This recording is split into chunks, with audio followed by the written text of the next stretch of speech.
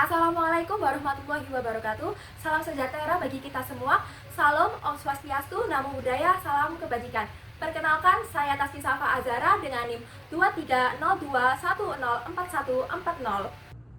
Perkenalkan, nama saya Ufa Diarafika dengan NIM 230210204153. Perkenalkan, nama saya Iin Rafifah dengan NIM 2402 1040 1102. Perkenalkan, nama saya Fitriana Maria Rahman dengan NIM 2302 1020 4047. Belakangan ini kita sering mendengar istilah efisiensi anggaran. Nah, apa sih kebijakan efisiensi anggaran?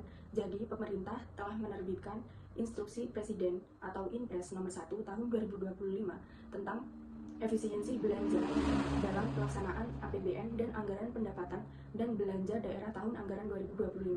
Kebijakan ini dibuat dengan tujuan untuk menghemat anggaran operasional. Tapi masalahnya salah satu dampak dari kebijakan ini adalah adanya PHK pegawai.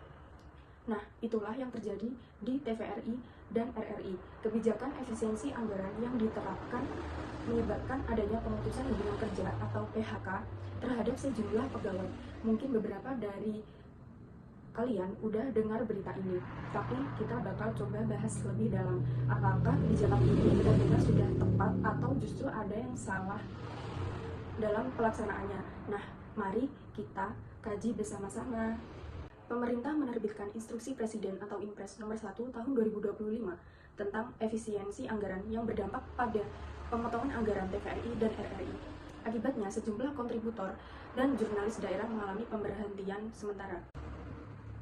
Dasar hukum yang mendasari kebijakan ini mencakup yang pertama, Instruksi Presiden atau Inpres nomor 1 tahun 2025 mengatur efisiensi belanja dalam pelaksanaan APBN dan APBD. Yang kedua, ada Undang-Undang Nomor 32 Tahun 2002 tentang penyiaran, menegaskan bahwa TVRI dan RRI sebagai LPP harus tetap independen dan tidak boleh mengorbankan pelayanan publik. Yang ketiga, ada Undang-Undang Nomor 13 Tahun 2003 tentang Ketenagakerjaan, mengatur hak-hak pekerja dalam hubungan kerja termasuk prosedur PHK. Kebijakan efisiensi anggaran yang diterapkan di TVRI dan RRI menimbulkan berbagai dampak.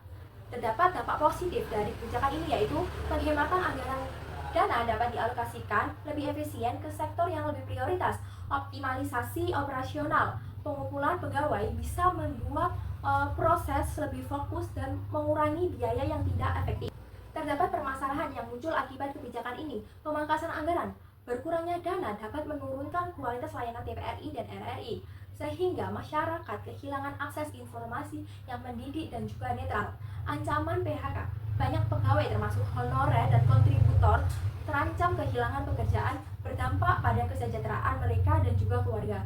Terdapat juga permasalahan yang terletak pada kebijakan dan pelaksanaannya. Masalah pada kebijakan. Kebijakan efisiensi anggaran ini bertujuan untuk penghematan tanpa mempertimbangkan dampak sosial dan juga ekonominya. Tidak ada strategi perlindungan bagi pegawai yang terkena PHK dan juga tidak mempertimbangkan alternatif lain selain pengurangan tenaga kerja. Terdapat permasalahan yang muncul akibat kebijakan ini, pemangkasan anggaran. Berkurangnya dana dapat menurunkan kualitas layanan TVRI dan RRI, sehingga masyarakat kehilangan akses informasi yang mendidik dan juga netral. Ancaman PHK, banyak pegawai termasuk honorer dan kontributor terancam kehilangan pekerjaan, berdampak pada kesejahteraan mereka dan juga keluarga. Terdapat juga permasalahan yang terletak pada kebijakan dan pelaksanaannya. Masalah pada kebijakan. Kebijakan efisiensi anggaran ini bertujuan untuk penghematan tanpa mempertimbangkan dampak sosial dan juga ekonominya. Tidak ada strategi perlindungan bagi pegawai yang terkena PHK dan juga tidak mempertimbangkan alternatif lain selain pengurangan tenaga kerja. Masalah pada pelaksanaannya yaitu proses PHK dilakukan secara tiba-tiba tanpa sosialisasi yang cukup dan juga tidak ada mekanisme pendamping pada pegawai yang kehilangan pekerjaannya.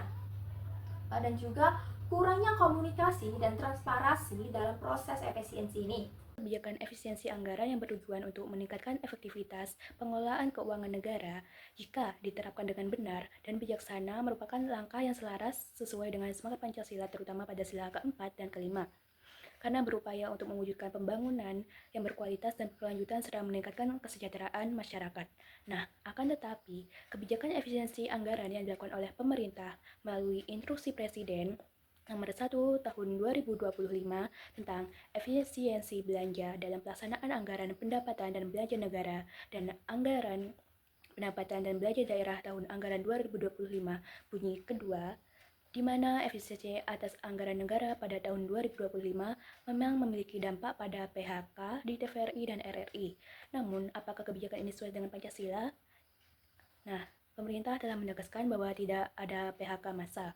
Namun, sejumlah pekerja kontrak di instansi pemerintah termasuk TVRI dan RRI terpaksa berhenti bekerja di mana ini bertentangan dengan nilai Pancasila akan kesejahteraan dan hak-hak rakyat. Selanjutnya, beberapa faktor kebijakan efisiensi anggaran ini tidak sesuai. Yang pertama, kurangnya kajian mendalam. Kebijakan ini diterapkan tanpa analisis dampak sosial dan ekonomi terhadap pegawai yang terdampak. Yang kedua, minimnya transparansi dalam pelaksanaan dan perencanaan. Pada proses ini, masyarakat dan pegawai tidak diberi penjelasan mengenai alasan dan dampak kebijakan. Yang ketiga, keterlibatan anggaran yang tidak dikelola secara efektif, di mana efisiensi dilakukan secara instan seperti PHK, bukan melalui strategi pengelolaan anggaran yang berkelanjutan. Yang keempat, kurangnya komunikasi dan partisipasi pegawai. Keputusan ini diambil secara sepihak tanpa adanya musyawarah dengan pegawai yang terdampak. Yang kelima, tidak adanya mekanisme perlindungan tenaga kerja yang memadai.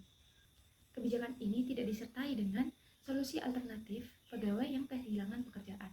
Kebijakan efisiensi anggaran dan PHK perlu dikaji ulang. Ada beberapa solusi yang bisa dipertimbangkan sesuai aturan hukum.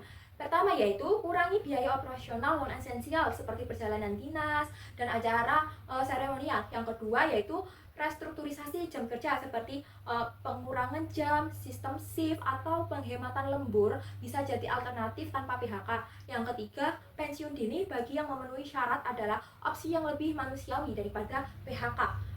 Yang keempat, pengurangan fasilitas manajemen atas perlu diprioritaskan sebelum memberhentikan pegawai biasa. Yang kelima, libatkan serikat pekerja agar keputusan adil dan sesuai hukum.